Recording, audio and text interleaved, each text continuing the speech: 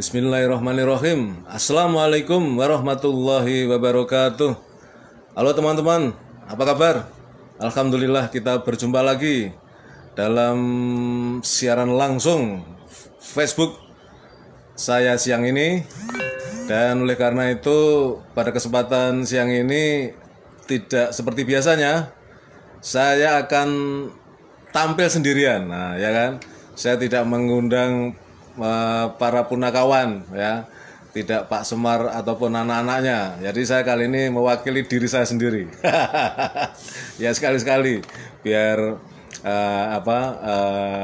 rasa kangen terhadap teman-teman itu bisa lebih lama diketampilkan begitu. Nah, untuk siang ini saya akan menyampaikan tulisan yang sangat dahsyat ini.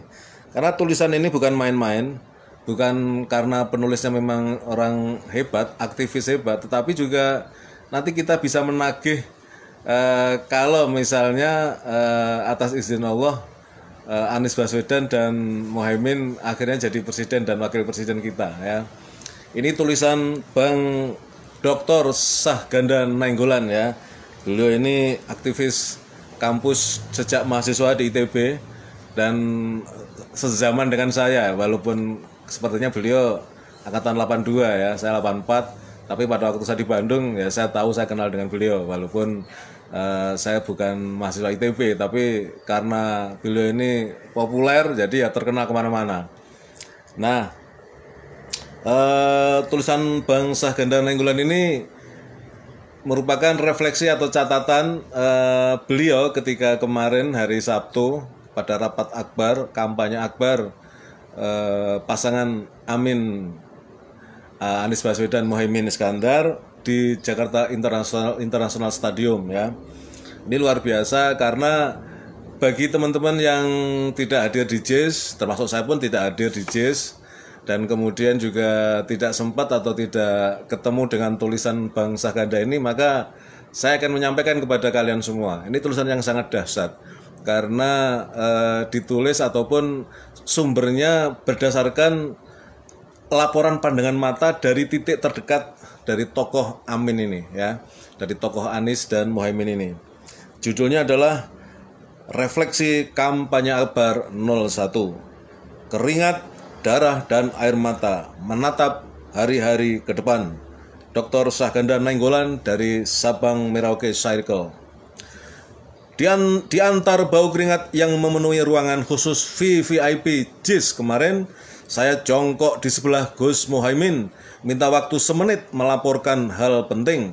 Sebelumnya dia dan saya saling memberi hormat salut karena kami sebagai aktivis perjuangan telah berkenalan puluhan tahun. Setidaknya berkenalan dalam ruang yang sama, menegakkan demokrasi untuk kesejahteraan rakyat. Gus Imin mempersilahkan saya melaporkan. Laporan saya adalah terkait kemungkinan rencana paslon tertentu yang akan mengumumkan kemenangan mereka pada tanggal 14 Februari jam 4 sore. Di antara saya ada beberapa tokoh publik lainnya yang digalang dan diminta untuk mendukung pengumuman kemenangan calon capres tersebut. Saya menyampaikan kepada Gus Imin bahwa saya tidak akan berkhianat pada Amin. Sebab berdasarkan keyakinan intelektual saya, tidak ada paslon yang bisa menang satu putaran. Gus Imin meminta saran saya, apa yang harus disampaikan kepada rakyat dalam kampanye akbar kemarin. Saya menginginkan Gus Imin dan Pak Anies memberikan kebahagiaan kepada rakyat pendukungnya, yakni meneriakkan hidup mati bersama rakyat pendukungnya. Pemilu curang, lawan. Ini yang keren, ya, sebagai catatan saya, ini poin yang keren dari tulisan Bang Sahganda Nainggolan. Bau keringat dalam ruang kecil kemarin datang dari semua tokoh-tokoh yang ada di ruangan itu, seperti Capres dan Cawapres, Yusuf Kala, Surya Paloh, Salim Segaf, Abu Bakar Al-Habsyi, Mahfud Abdurrahman, Chandra Tirtawijaya, San Mustafa, Faisal Assegaf, Bambang Wijoyanto, Fadil Hasan, Syahrin Hamid, dan lain-lain yang sangat banyak lagi. Ada yang penting juga disebutkan, yakni Thomas Lembong.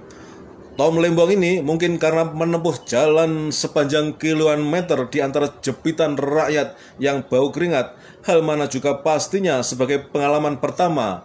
Bayangkan, ini dalam kurung, Tom sebagai top Wall Street man berusaha menenangkan diri menempel di dinding di belakang saya. Beberapa emak-emak di dalam berusaha berinteraksi dengannya, namun ia menolak, mungkin karena sudah sekarat.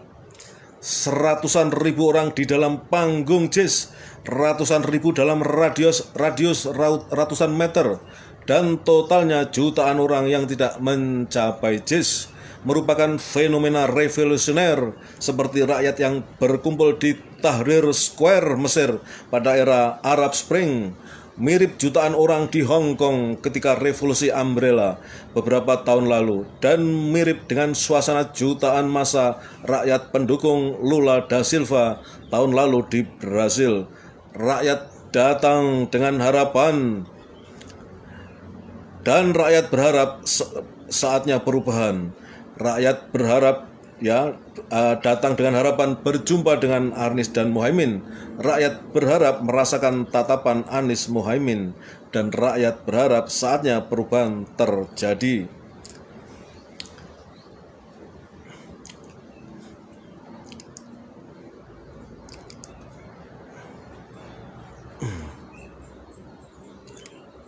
Namun sayangnya, dalam perebutan kekuasaan, faktanya pertarungan yang terjadi selalu antara segelintir elit politik haus kekuasaan yang bersekongkol dengan oligarki rakus berhadapan dengan kekuatan rakyat. Berbagai upaya dilakukan segelintir elit kekuasaan memanipulasi demokrasi yang seharusnya jujur, adil, bebas, dan rahasia menjadi terdesain curang secara sistematis, terstruktur, dan masif. Dokumentari film Dirty Vote yang sedang heboh viral saat ini menggambarkan bagaimana desain itu bisa dilakukan. Dirty Vote menceritakan lika-liku Jokowi dan rezimnya mendesain kemenangan sejak lama, antara lain menunjuk puluhan pejabat gubernur dan pejabat wali kota bupati yang dikendalikan, menggalang kepala desa, mempolitisasi bantuan sosial, menggunakan aparat untuk mengintimidasi kekuatan yang tidak pro Prabowo Gibran, dan lain sebagainya. Upaya ini sepertinya berbarengan dengan lembaga-lembaga survei yang dikendalikan untuk menggiring opini bahwa pasangan yang didukung Jokowi, yakni Prabowo Gibran, akan menang dalam satu putaran. Kecenderungan pengumuman Prabowo Gibran menang satu putaran semakin besar. Hal ini terlihat dari lembaga-lembaga survei yang sudah berani menyatakan pasangan tersebut menang di atas 50%. Apakah mereka mungkin menang satu putaran? Secara teoritis, sesungguhnya menang satu putaran adalah nihil. Securang-curangnya pemilu yang ada tidak mungkin merubah suara rakyat dalam totalitas. Berkaca pada tahun 2019, Jokowi yang incumbent dengan segala kekuatan aparatur yang ada di tangannya hanya mampu menang tipis dari lawannya. Kenapa? Karena rakyat militan mampu mengimbangi politik Jokowi. Saat ini, Jokowi bukan incumbent. Sangat sulit untuk mengendalikan kekuatan aparatnya secara total. Kenapa? Pertama, kekuatan politik terbelah antara Jokowi di satu sisi dan Megawati di sisi lainnya. Megawati yang menguasai kepemimpinan BIN, Kejaksaan Agung, dan Kemenkumham, serta berpengaruh terhadap beberapa kementerian, juga menginginkan menang satu putaran. Hal itu diungkapkan Bu Mega pada waktu pidato kampanye akbar pasangan Ganjar Mahfud di GBK beberapa hari yang lalu. Dengan demikian, yakni tanpa kemampuan totalitas mengendalikan kekuatan negara, keinginan Jokowi memenangkan Prabowo Gibran satu putaran sulit terjadi. Di samping itu, kita melihat semangat rakyat yang mendukung Anies Muhaimin juga tak terbendung lagi. Anies Muhaimin secara relatif bersandar pada dukungan rakyat, kelihatannya akan mengimbangi suara Prabowo Gibran dan juga Ganjar Mahfud, atau bahkan jauh di atas suara mereka. Lalu bagaimana jika Prabowo Gibran mengumumkan kemenangan pada 14 Februari 2024 sore hari? Merujuk pada tahun 2019, Prabowo juga melakukan hal yang sama. Prabowo dan jajarannya mengumumkan kemenangan di sore hari pemilu. Ketika ternyata Prabowo dinyatakan kalah, berbagai tokoh-tokoh pendukungnya dimasukkan ke penjara seperti Egy Sujana dan almarhum Lius Sangkarisma. Prabowo ketakutan dan menyatakan tunduk pada keputusan KPU yang memenangkan Jokowi. Pada tahun 2024 ini tentunya Prabowo merasa berkuasa, sehingga dengan mengumumkan kemenangan boleh jadi Prabowo Gibran mempertahankan klaim kemenangan tersebut dengan kekuatannya. Bagaimana tanggapan pasangan lainnya? Situasi akan buruk ke depan, sebab Prabowo Gibran kemungkinan di backup oleh KPU yang selama ini dituding meloloskan Gibran secara melanggar undang-undang. Legitimasi KPU lemah sejak DKPP mengumumkan KPU melanggar etika. Jika KPU mengumumkan kemenangan Prabowo Gibran satu putaran, kecurigaan terhadap hasil Pilpres akan lemah sekali. Hal ini akan memancing reaksi perlawanan dari kelompok 01 dan 03 serta rakyat pendukungnya. Dalam suasana panas belakangan ini, berbagai kekuatan sosial akan siap menghadapi tekanan kekuasaan. Namun, diperkirakan situasi akan berdarah-darah, sebab bentrokan antara kekuatan negara dengan rakyat akan berlangsung lama. Inilah poin diskusi kita yang saya angkat dalam judul tulisan ini, yakni berdarah-darah. Namun, kekuasaan yang diperebutkan dengan darah dapat dihindari jika realitas sosial bahwa pemilu tidak mungkin satu putaran difahami betul oleh pihak-pihak, khususnya penguasa dan paslon yang didukungnya. Sebagai penutup, keringat dan darah adalah bagian dari perjuangan rakyat untuk menegakkan demokrasi, kebebasan, dan keadilan di negeri ini. Rakyat harus bersiap menerima kenyataan ini. Mengorbankan sekeringat sudah, tinggal darah.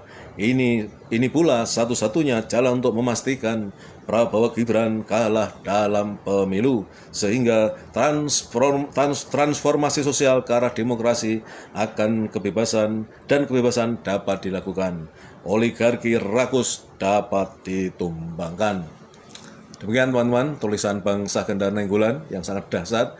Yang ingin saya tadi di awal itu saya sampaikan, poinnya adalah bisikan ya Bang Saganda ke Caimin, ya apa yang akan disampaikan. Mungkin teman-teman yang hadir di JIS bisa membuktikan apakah yang disampaikan oleh Bang Saganda ini betul atau tidak ya. Jadi Pak Anies dan Caimin meneriakkan semacam zel atau semacam tagline lah ya, bahwa tadi di atas, coba saya scroll dulu ya, karena di atas tadi, nah di atas sebentar, nah meneriakkan hidup mati bersama rakyat pendukungnya, pemilu curang lawan. Nah itu poinnya, dan itu disampaikan oleh Caimin dan Pak Anies. Bagi yang nonton di JIS mungkin tahu ya. Saya hanya ingin kilas balik ke belakang dulu Prabowo, ya kan, dulu ketika dia sudah merasa menang dan kemudian pendukungnya juga terus mendukung dengan semangat. Prabowo kalau nggak salah di hotel mana tuh di daerah kawasan Senayan ya, mengatakan akan timbul tenggelam bersama rakyat.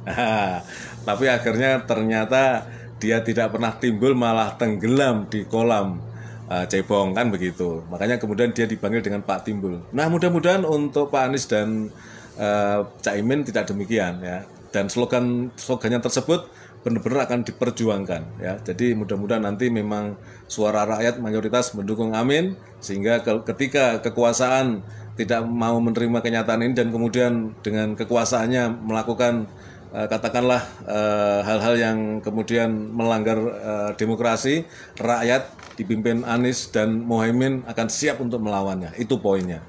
Terima kasih teman-teman, mudah-mudahan ini bermanfaat. Terima kasih kepada Bang Saganda, saya membacakan artikel Anda, dan saya kira ini penting untuk diketahui oleh rakyat, oleh banyak pihak, khususnya dalam hal ini para subscriber dan lover dari channel Kabar Politik saya, ya kan, ataupun yang menyaksikan secara langsung. Nah, ini nggak ada yang nonton, nggak apa-apa lah, di akun Facebook saya.